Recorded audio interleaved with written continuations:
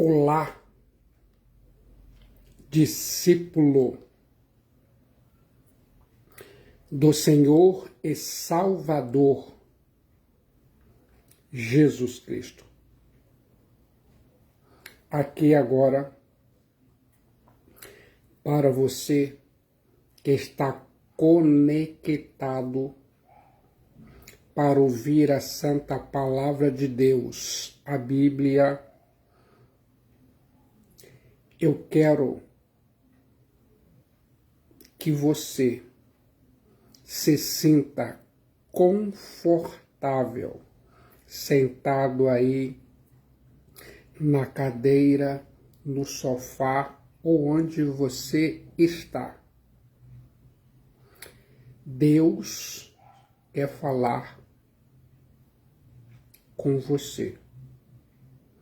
Se sente preparado para ouvir? Aqui agora eu vou compartilhar a nova série de mensagens bíblicas da Santa Palavra de Deus, a Bíblia, na carta que escreveu o apóstolo São Paulo aos Gálatas.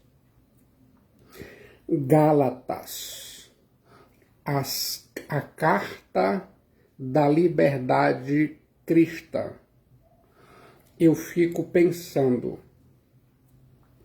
parte 1. Quero que coloque toda a sua atenção na introdução à carta do apóstolo São Paulo aos Gálatas. Você vai gostar do resultado. A Bíblia diz em Gálatas, capítulo 1, versículo 1.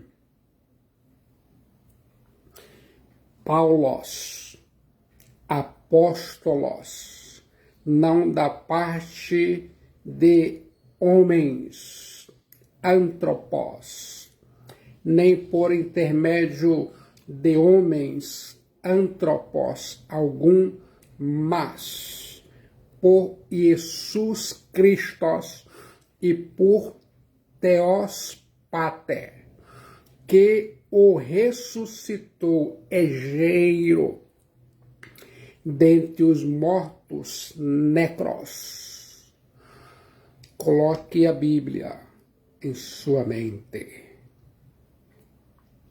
A carta do apóstolo São Paulo aos Gálatas é a sua epístola mais polêmica.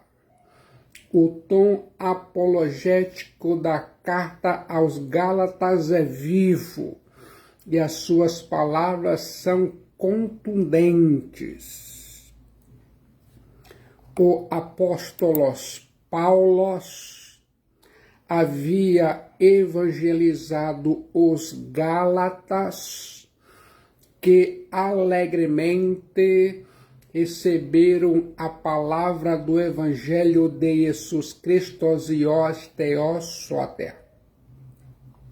Depois que o apóstolo Paulo se foi, vieram mestres judaizantes dizendo que o cristianismo era apenas um tipo de judaísmo melhorado e que os cristãos gentios deviam guardar a lei se quiserem ser salvos. Os cristãos gálatas os estavam seguindo e com isso se desviavam da verdade do Evangelho de Jesus Cristo e os Theos Pater. A epístola do apóstolo Paulo aos Gálatas diz respeito a essa controvérsia judaizante em função da qual se reuniu o Concílio de Jerusalém em Atos capítulo 15, versículos 1 a 35.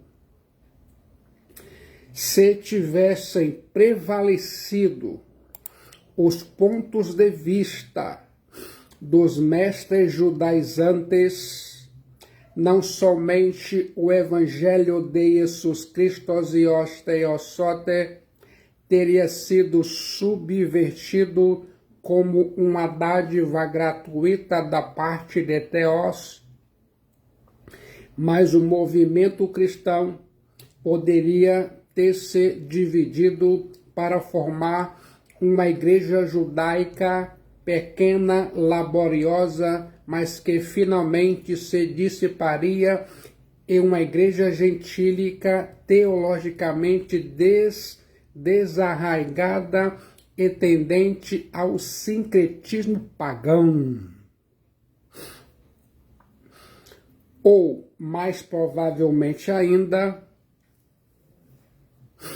a missão cristã entre os gentios quase certamente teria cessado, e o cristianismo haveria de experimentar a morte de muitas das seitas judaicas, porquanto a maioria dos gentios se mostrava indisposta a viver como judeus. Você sabia? Deus, Theos, entretanto, não permitiria que os seus propósitos fossem distorcidos pelo sectarismo. E a Epístola aos Gálatas é a grande carta patente da liberdade cristã, que nos livra de todas as opressões teológicas de salvação por intermédio dos esforços humanos e que, entretanto, serve de grandiosa afirmação da unidade e igualdade de todos os cristãos dentro da Igreja de Jesus Cristo e os Theosote. Eu fico imaginando a carta do apóstolo Paulo aos Gálatas é ríspida quando aborda a questão judaizante ou quando repreende os cristãos gálatas. A igreja aos Gálatas pode se comportar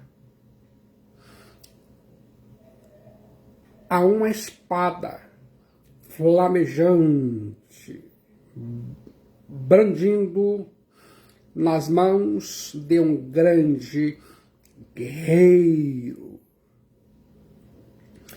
Os torpedos dos judaizantes estavam voltados para atacar em duas direções: a legitimidade do apostolado de Paulo e a integridade de sua teologia.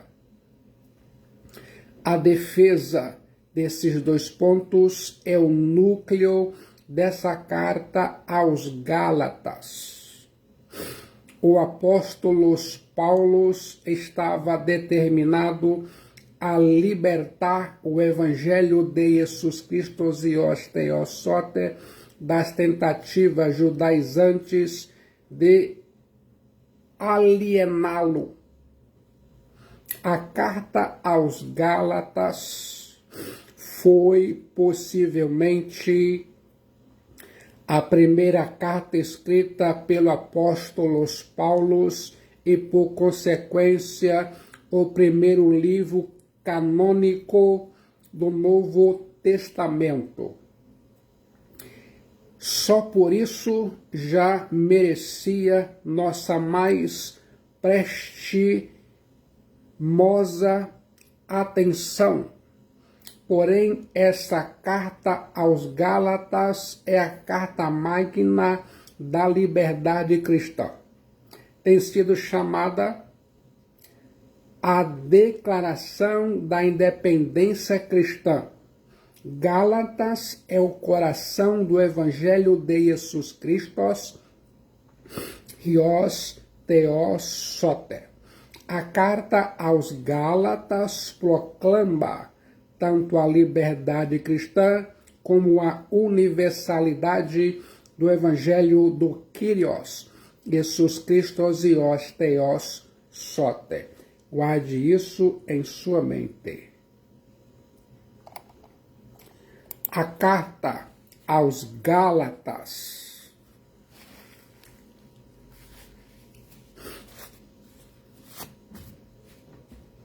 teve um papel fundamental na história da Igreja cristã. Ao lado da carta aos Romanos, a carta aos Gálatas é um dos esteios da gloriosa doutrina da justificação pela fé. Foi pela descoberta de seu bendito conteúdo que Lutero deflagrou a reforma no século XVI. Para Lutero, durante a reforma protestante, Gálatas foi a fortaleza de onde, entrincheirado, ele combateu a violência e todos os erros da Roma papal. Coloque sua atenção nessa verdade. Foi pela leitura do prefácio dessa carta, escrito por Lutero, que John Wesley teve sua genuína experiência de conversão depois de vários anos nas lides da pregação. João Wesley ficou cheio de entusiasmo com o comentário de Lutero sobre essa carta aos Gálatas, que chegou a dizer que era o principal livro da literatura universal. Lutero a considerava o melhor dos livros da Bíblia. Essa carta aos Gálatas tem sido chamada o grito de guerra da reforma protestante. Você sabia? Ouça agora o autor da carta. Paulos, apóstolos, não da parte de homens antropos, nem por intermédio de homens antropos algum, mas por Jesus Cristo e por Theos Pater, que o ressuscitou Egeiro dentre os mortos necros. Gálatas capítulo 1, versículo 1. Gálatas é o mais genuíno do genuíno que temos do apóstolo Paulo. A autoria paulina de Gálatas é um consenso praticamente unânime entre todos os estudiosos ao longo dos séculos. Até mesmo os críticos mais radicais subscrevem essa convicção. A epístola aos Gálatas é aceita como paulina tanto pelos críticos conservadores como pelos cristãos radicais. Há abundantes testemunhos internos e externos que apontam a autoria paulina da carta aos Gálatas. Aqui agora vou destacar essas duas evidências. Em primeiro lugar,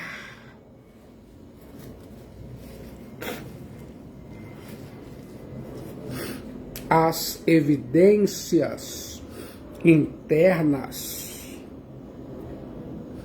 O nome de Paulos ocorre na saudação Paulos Apóstolos, Gálatas 1, versículo 1.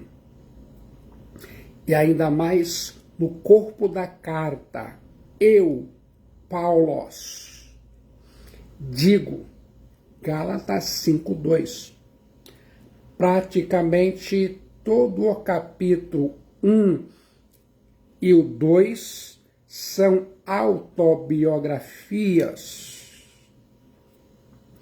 Os debates do capítulo 3, versículos de 1 a 6 e 15, foram postos na primeira pessoa do singular. Os apelos do capítulo 4 se referem diretamente às relações existentes entre os destinatários da epístola e seu autor. A intensidade do testemunho de Paulos aparece no capítulo 5 e a conclusão no capítulo 6. Termina com uma alusão aos sofrimentos do autor por amor a Jesus Cristo e os Theos Soter. A epístola aos Gálatas não é um ensaio que pudesse ter sido escrito por qualquer pessoa para em seguida ser atribuído ao apóstolo Paulo. Gálatas é uma obra calorosa e íntima que não pode ser separada do próprio autor. Você sabia? Em segundo lugar, as evidências externas. Há diversas referências dos principais pais da Igreja nos primeiros séculos, confirmando a autoria paulina aos Gálatas. Essa epístola aos Gálatas foi largamente reconhecida e empregada no século II. Nada menos de 25 versículos são citados por Irineu, que mencionou a epístola pelo nome. Gálatas foi abordada nos comentários de Orígenes, Jerônimo e Pelágio do século IV e um grupo de escritores latinos do século IX tornaram-na tema de seus estudos. Do ano 900 a 1500, porém, poucos comentários de qualquer espécie foram escritos a respeito. No século XVI, durante a Reforma, reacendeu-se o interesse pelos estudos bíblicos e, por intermédio do comentário de Lutero, o livro de Gálatas recuperou a sua proeminência na literatura eclesiástica. Você sabia? Quer saber para quem a carta aos Gálatas foi escrita? se prepare, é tudo para você. A carta aos Gálatas é uma missiva circular do apóstolo Paulo.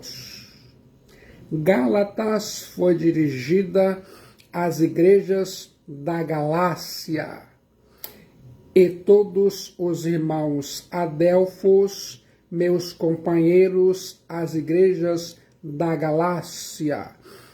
Gálatas capítulo 1, versículo 2. Essa epístola fazia o rodízio nas reuniões cristãs de uma região e era lida em público, prática comum no século I. Se a autoria do apóstolo Paulo da carta aos Gálatas é matéria líquida e certa, identificar os destinatários não é coisa fácil de fazer. Não existe consenso entre os eruditos acerca desse assunto. Como já afirmei, Gálatas é a única carta de Paulo escrita a um grupo de igrejas em vez de a uma única e determinada igreja. O problema é que o termo Gálatas pode ter um significado geográfico e outro étnico. Teria Paulo escrito a carta aos povos celtas que habitaram no norte da Ásia Menor, ou às igrejas que ele e Barnabé estabeleceram na primeira viagem missionária ao sul da Galácia? Para dar essa resposta, duas teorias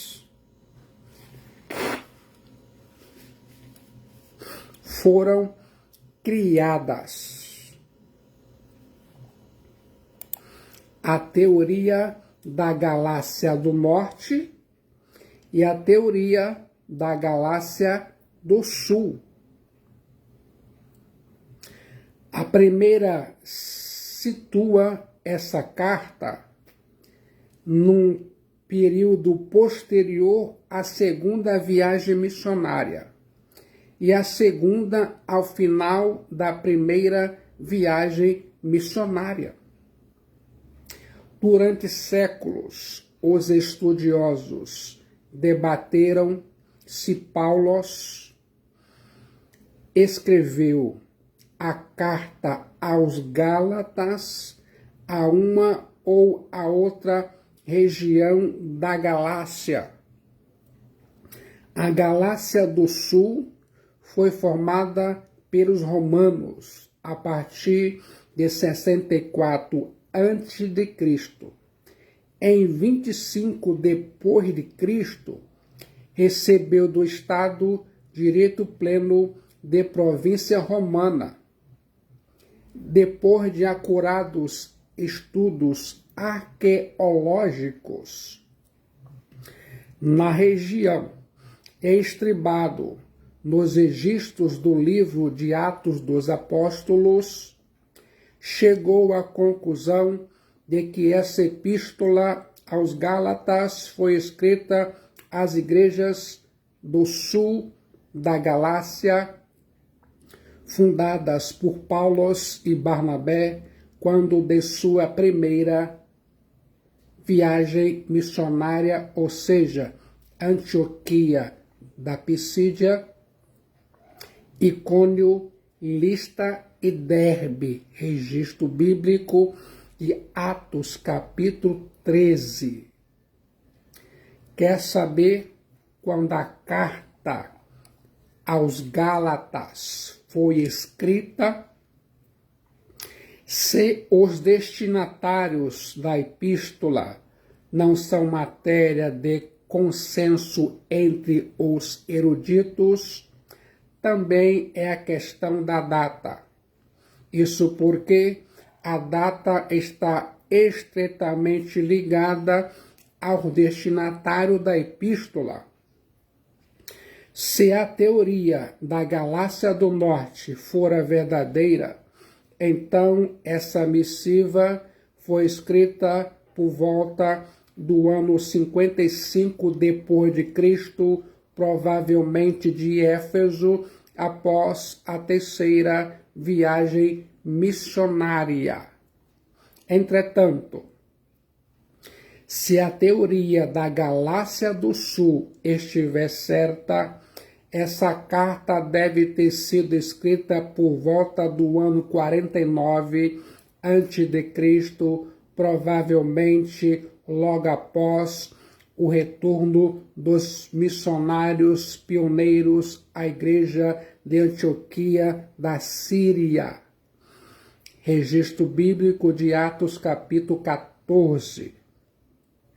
Subscrevo a teoria de que o apóstolo Paulo escreveu essa carta às igrejas de Antioquia da Pisídia, Icônio, Listra e Derbe, estabelecidas na primeira viagem missionária na Galácia do Sul. O fato do apóstolo Paulo não mencionar nessa epístola sua carta mais apologética contra os judaizantes, as decisões do Concílio de Jerusalém acerca da posição oficial da Igreja, desobrigando os cristãos gentios de se submeterem-se à circuncisão e aos demais ritos da lei judaica, parece favorecer a tese de que o apóstolo Paulo a escreveu antes mesmo desse concílio, ou seja, da cidade de Antioquia da Síria. Segundo penso, só Deus sabe quando e onde Paulo escreveu a carta aos Gálatas. Fique de olho. Fique de olho nos propósitos da carta aos Gálatas. Se há controvérsia em torno da data e do destino exato da epístola aos Gálatas, o propósito da carta, entretanto, não deixa nenhuma dúvida. Uma retrospectiva dos acontecimentos vai te ajudar a entender melhor o contexto. Antioquia da Síria era a terceira maior cidade do mundo. Uma cidade verdadeiramente cosmopolita. Você sabia? Ali havia uma comunidade de judeus cristãos. Atos capítulo 11, versículo 19 a 26. Essa comunidade cresceu. E ali os discípulos foram chamados pela primeira vez de cristãos. A Bíblia diz em Atos capítulo 11, versículo 26. Tendo-o encontrado, levou-o para Antioquia.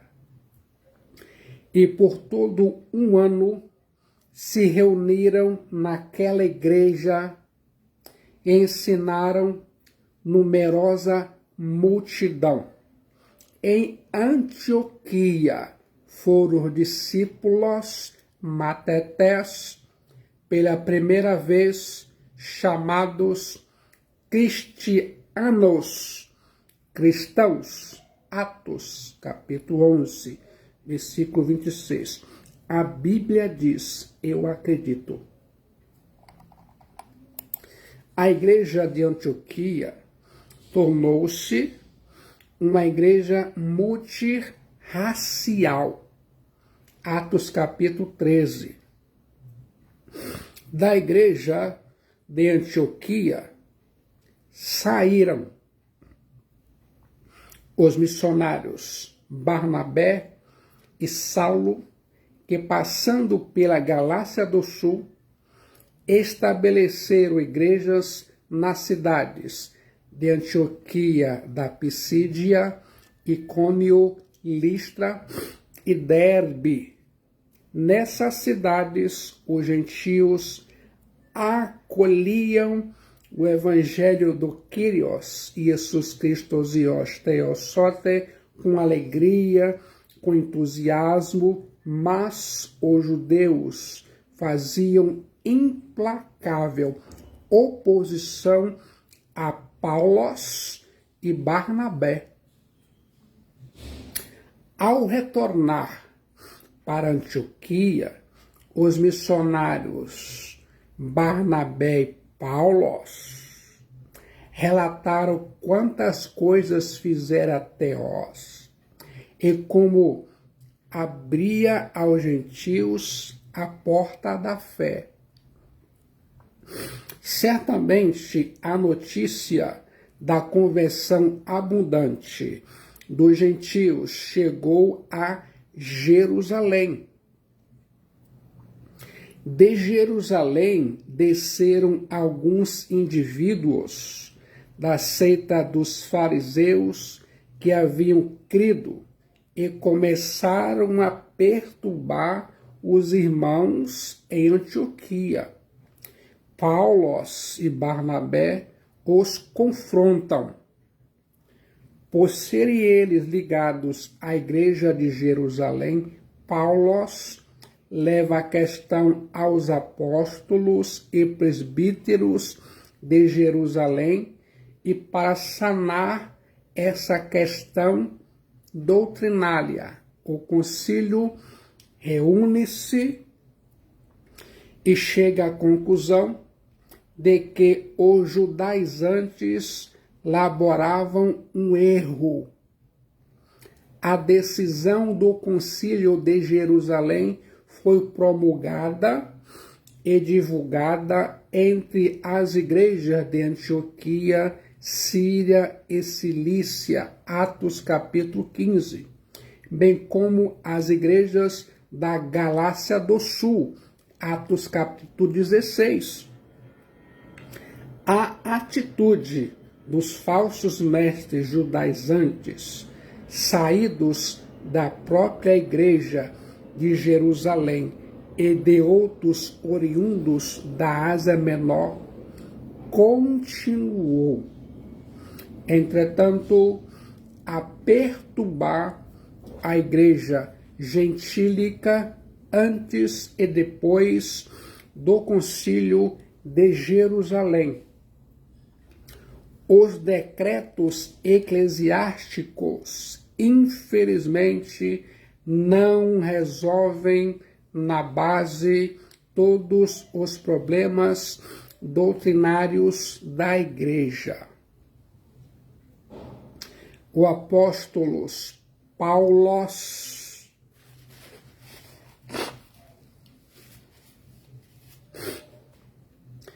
escreveu essa missiva para trazer um grupo de igrejas na Galácia de volta ao Evangelho de Jesus Cristo Zios Theosote, do qual repentinamente se haviam afastado. Você sabia?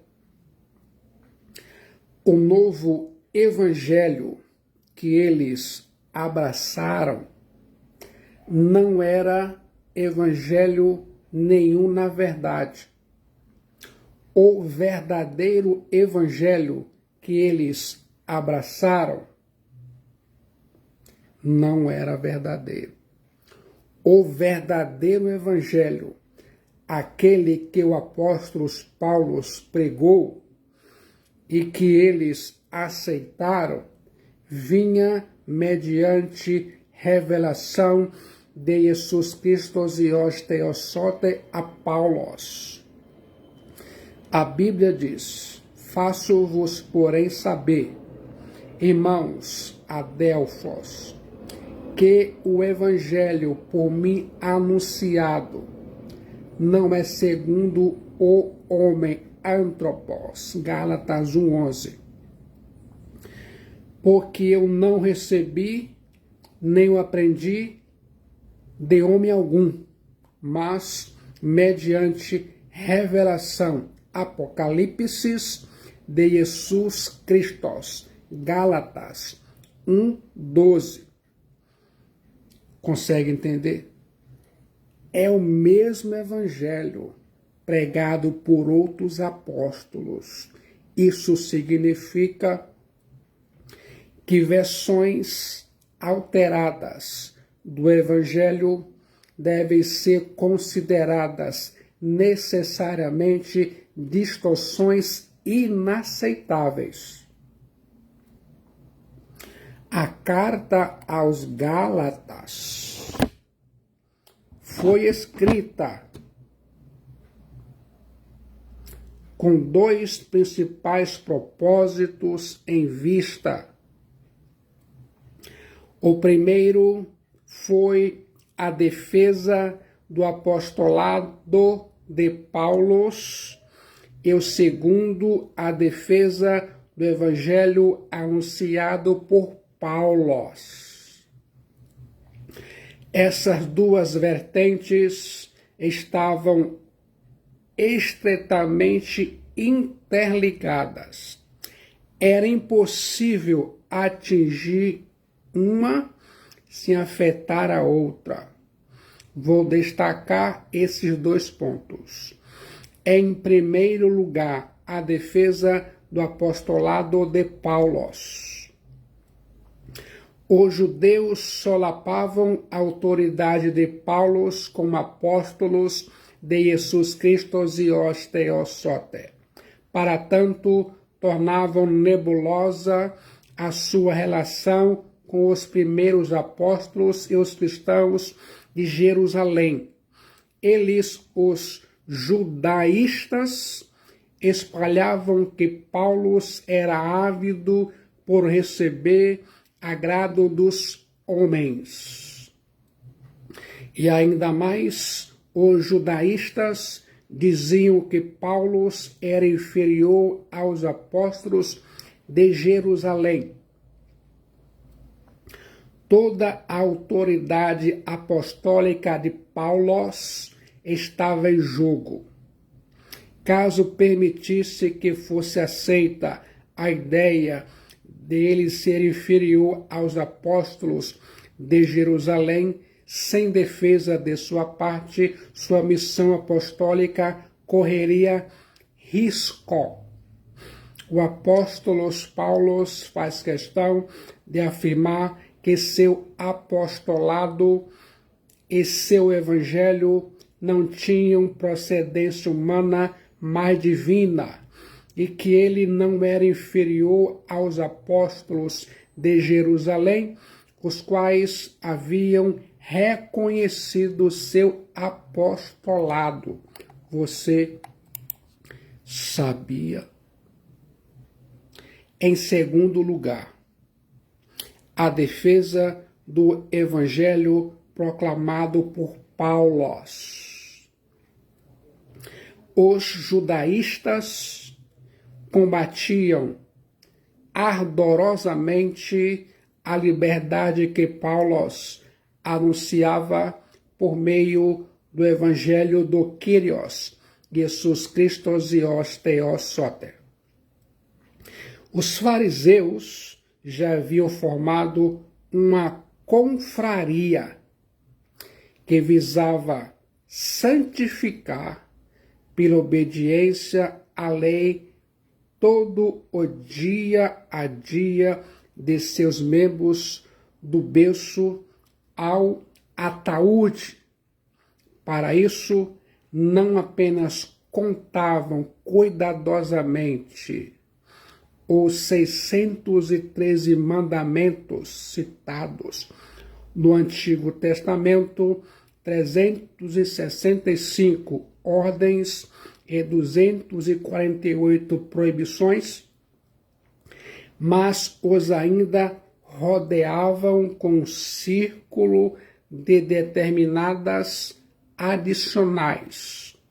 Essas eram as tradições dos anciãos, mencionados em Marcos, aos quais o Kyrios, Jesus Cristo e os Theosote contrapôs os verdadeiros mandamentos de Theos.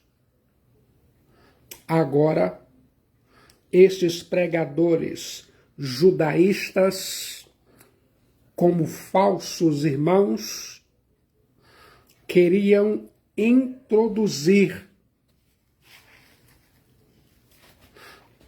não a lei inteira,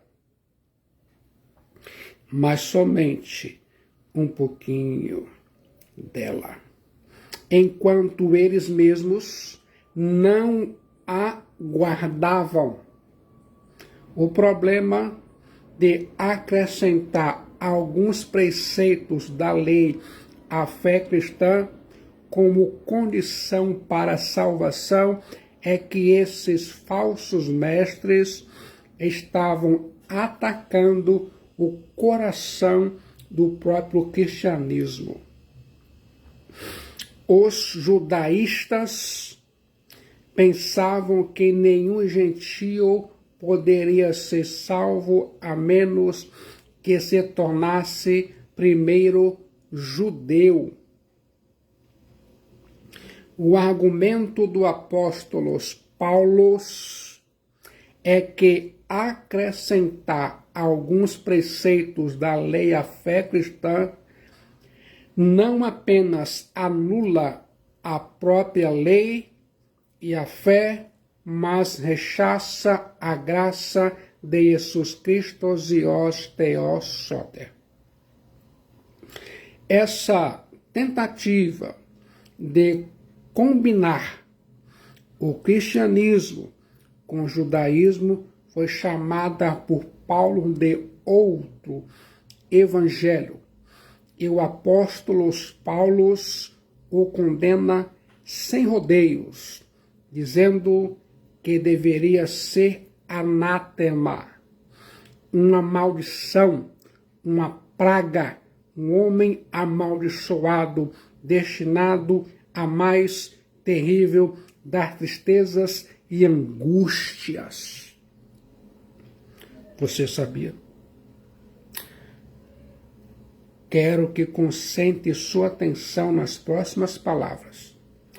A porção doutrinária da Epístola aos Gálatas tem como intenção demonstrar que o cristão não é justificado pelas obras da lei, mas por meio da fé no Kyrios, Jesus Cristo e os Theosote. Que de todos os modos a lei não foi dada para esse propósito, senão preparar o caminho para a obra redentora de Jesus Cristo e os Theosote, e que o Espírito Santo, pneuma agios, que é dado aos cristãos, produz um fruto tão agradável que nenhum esforço carnal de guardar a lei pode rivalizar com ele. A carta aos Gálatas contém tanto uma advertência séria contra o legalismo e ainda mais combate com veemência a libertinagem.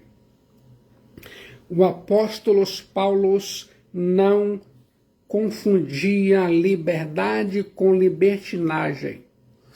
Ao invés de afrouxar os padrões, o apóstolo Paulo favorece exatamente o inverso. O tipo de cristianismo que o apóstolo Paulo defendia faz exigências rigorosas ao homem a despeito do antilegalismo. A exigência principal é o exercício do amor. Quero que fique atento nas características especiais da carta aos Gálatas. A carta aos Gálatas tem algumas características especiais que eu vou aqui agora compartilhar para você que está conectado. Em primeiro lugar, Gálatas é a carta mais apologética do apóstolo Paulo. Gálatas é tanto uma defesa do apostolado de Paulo como de sua teologia. Logo depois que o apóstolo Paulo passou por essa região plantando igrejas, os judaizantes subiram de Jerusalém e começaram a disseminar seus falsos ensinos entre os cristãos gentios, dizendo-lhes que precisavam cumprir alguns ritos da lei judaica, como a circuncisão, para serem salvos. Esses pregadores itinerantes, colimando objetivos nefastos, atacavam tanto o apóstolo Paulo como a sua pregação. O apóstolo, longe de se intimidar, escreve essa carta fazendo uma robusta defesa do seu apostolado e do evangelho do Kyrios Jesus Christos e os Theos Soter.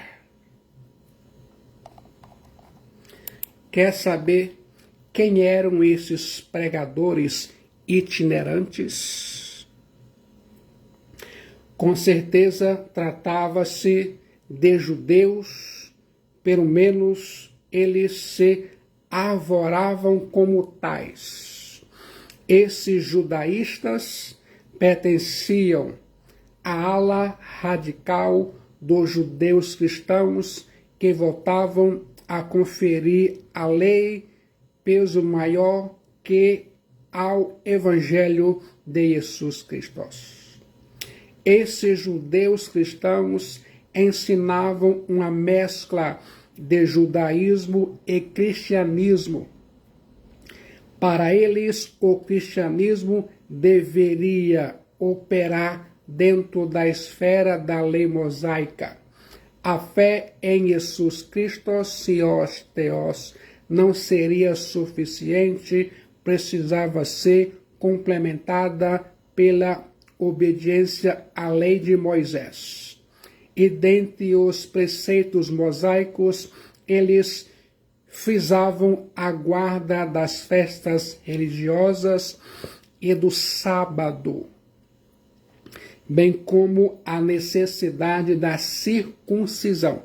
O apóstolo Paulo entendeu que, se a causa judaizante prevalecesse, o cristianismo seria apenas uma seita do judaísmo.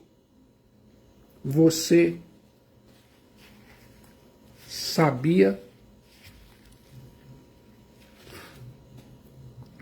Esses falsos pregadores deturpavam o evangelho do Kyrios, Jesus Cristo e os Theos Soter. Eles perturbavam os cristãos gentios, deixando-os inseguros quanto à doutrina evangélica.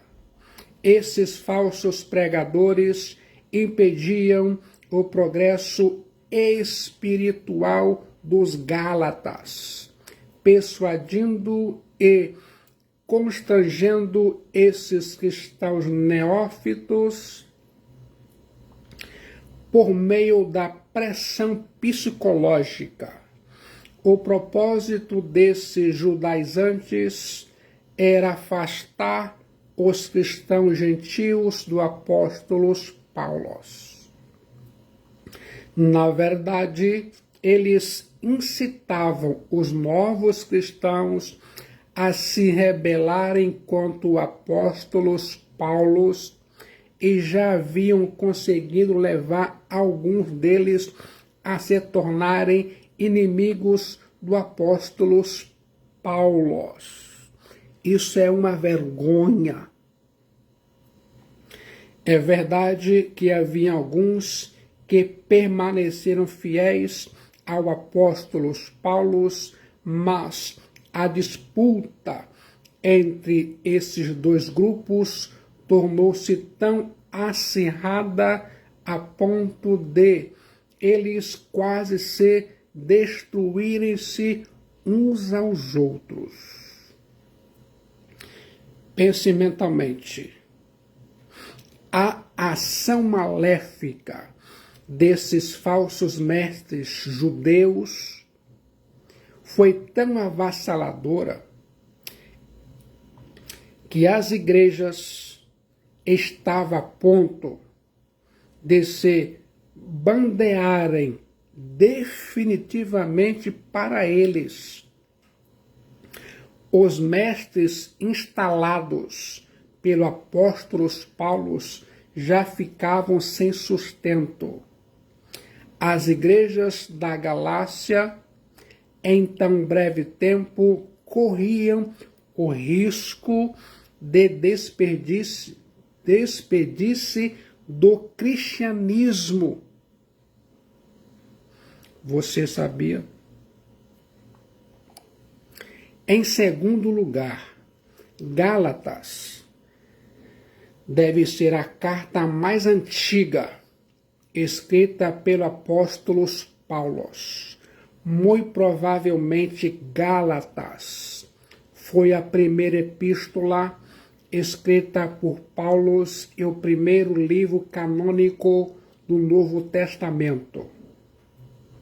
Se aceitarmos a tese da Galácia do Sul, então Paulo escreveu essa epístola de Antioquia da Síria, logo depois da primeira viagem missionária ou no mais tardar de Corinto, por ocasião de sua segunda viagem missionária. Em terceiro lugar, Gálatas é o segundo livro mais autobiográfico do apóstolo Paulo.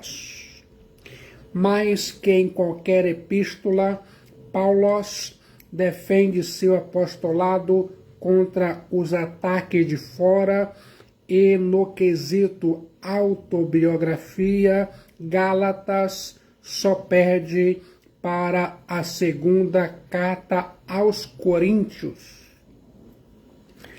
É consenso entre os eruditos que depois da segunda carta aos Coríntios, a carta mais pessoal do apóstolo Paulo, Gálatas vem em seguida como uma epístola com forte ênfase autobiográfica. O apóstolo Paulo desfilava suas experiências pessoais porque elas exemplificavam as verdades que ele defendia. O apóstolo Paulo demonstra grande versalidade em sua apresentação ao recorrer à escritura, à experiência, à lógica, a advertências exortações e outros métodos para lograr o propósito de defender seu apostolado e seu evangelho. Guarde isso em sua mente. Em quarto lugar, Gálatas é a carta magna da liberdade cristã. A todos os que estão dispostos a crer na palavra de Deus, a Bíblia, Gálatas mostra o caminho para a verdadeira liberdade. Essa liberdade genuína não é o legalismo nem a libertinagem. É a liberdade de ser escravo do Kyrios. Jesus Christos ios Theosote. O apóstolo Paulo lida nessa epístola com a própria essência do cristianismo. Se os mestres judaizantes tivessem triunfado, a obra evangélica estaria comprometida e o cristianismo não passaria de uma mera seita judaica. Gálatas é a resposta de Deus para os numerosos falsos cultos de hoje em dia, os quais propõem uma mistura do judaísmo com o cristianismo. No passado, hoje, sempre, Gálatas é arma poderosa para derrotar o sacramentalismo pagão da Roma papal, o legalismo moderno de leis e preceitos de guarda de determinados dias e abstenção de certos alimentos. Todos os ensinos que atentam contra a pessoa e a obra do Kyrios, Jesus Christos ios Theosote, como as doutrinas fantasiosas de Joseph Smith, fundadores do mormonismo, e as distorções da seita Testemunhas de Jeová são veemente combatidas pela mensagem de Gálatas. Assim, Gálatas ergueu-se no passado, está em pé hoje e assim permanecerá para sempre com a bandeira da plena liberdade no Kyrios, Jesus Christos ios Theosote, e nas balizas do pneuma ágios, Espírito Santo. Guarde isso em sua mente. Em quinto lugar, Gálatas é a carta mais rica em figuras de linguagem. Gálatas nos chama a atenção pelo grande número de figuras de linguagem. As mais típicas são o olhar que fascina, Gálatas 3:1, a exposição de notícias, a função do aio, a ilustração de parto, o jugo, a competição esportiva, o fermento, o escândalo ou pedra de tropeço, a ferocidade dos animais selvagens, a colheita dos frutos, o processo de semear e ceifar, a família e o processo de ferretear. Essas metáforas demonstram a larga gama dos interesses do apóstolo Paulo e seu senso do valor da linguagem metafórica ao inculcar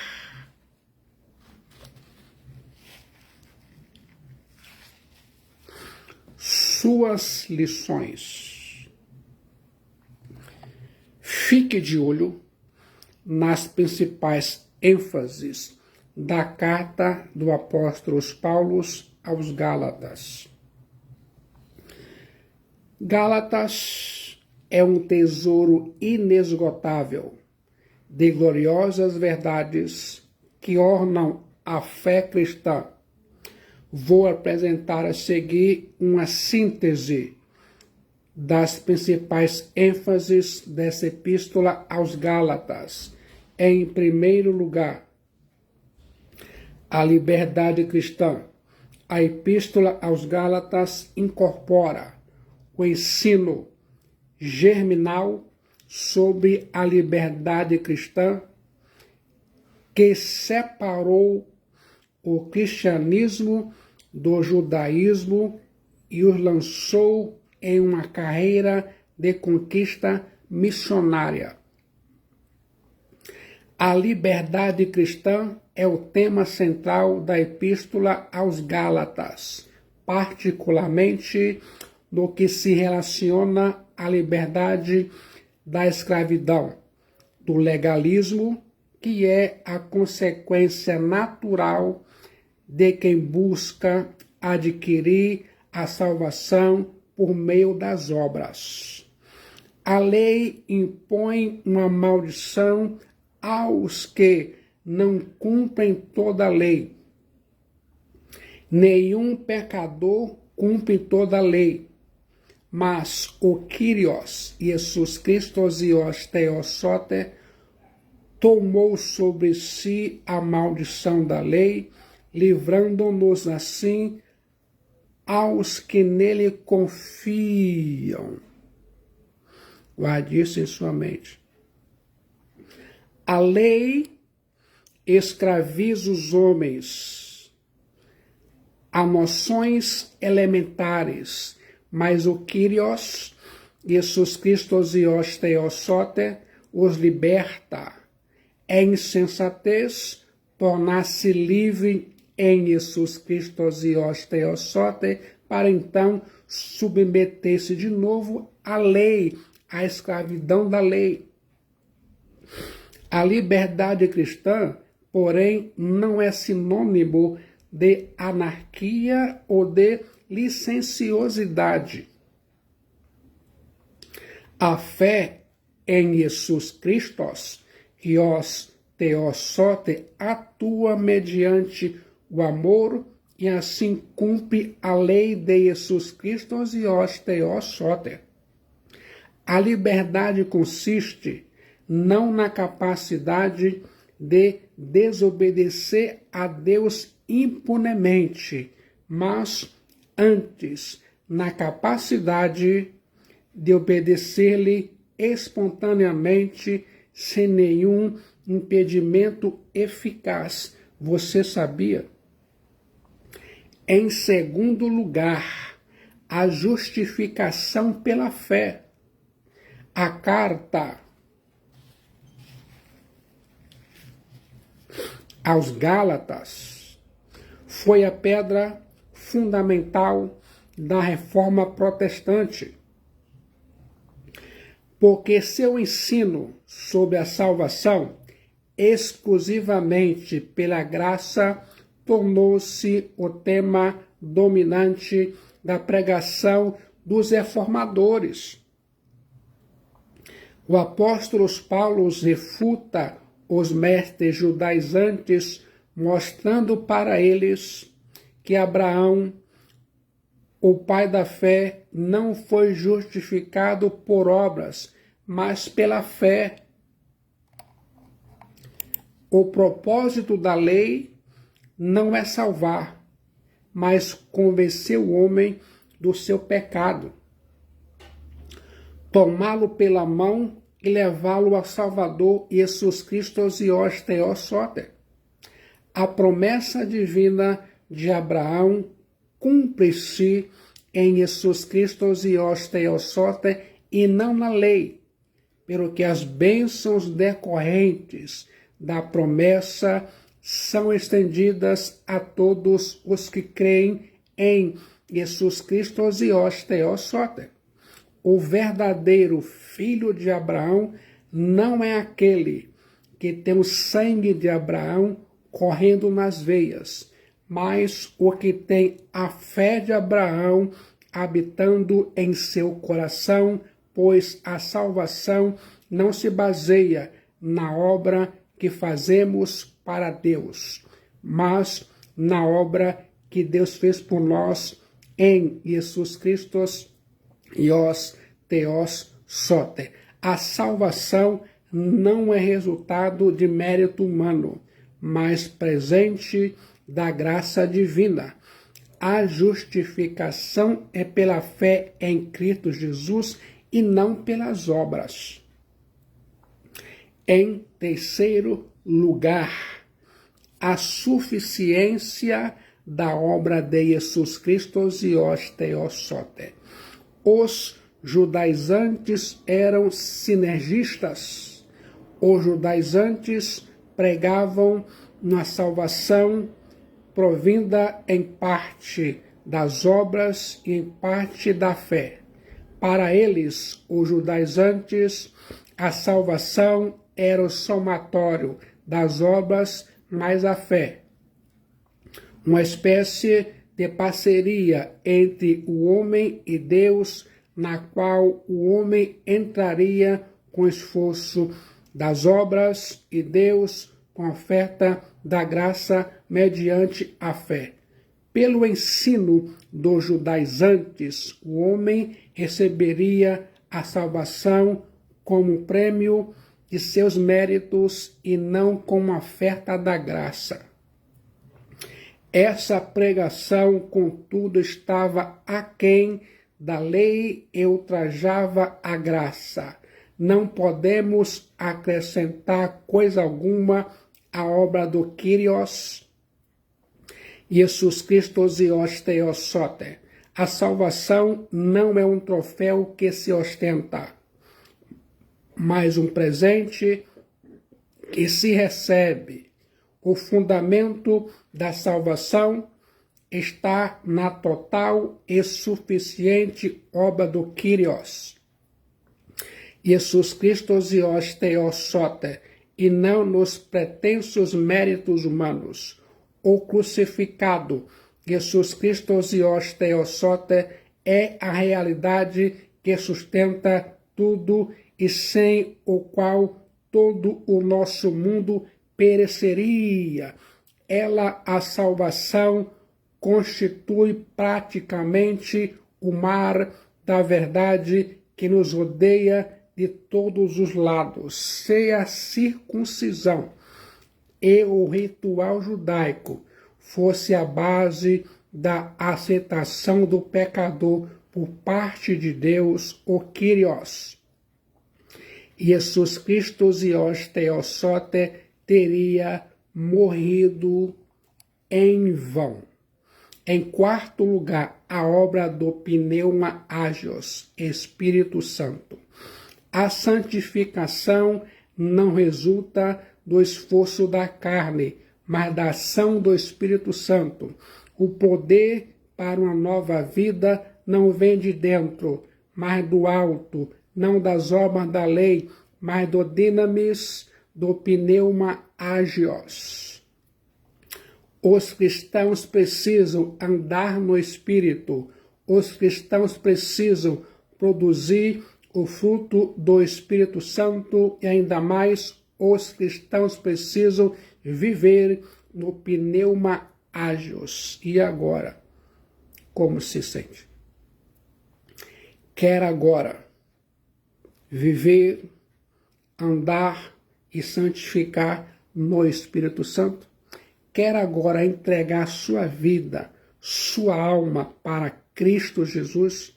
No momento de decisão em Jesus Cristo e os Theos Soter, sua alma é salva e seu destino é selado.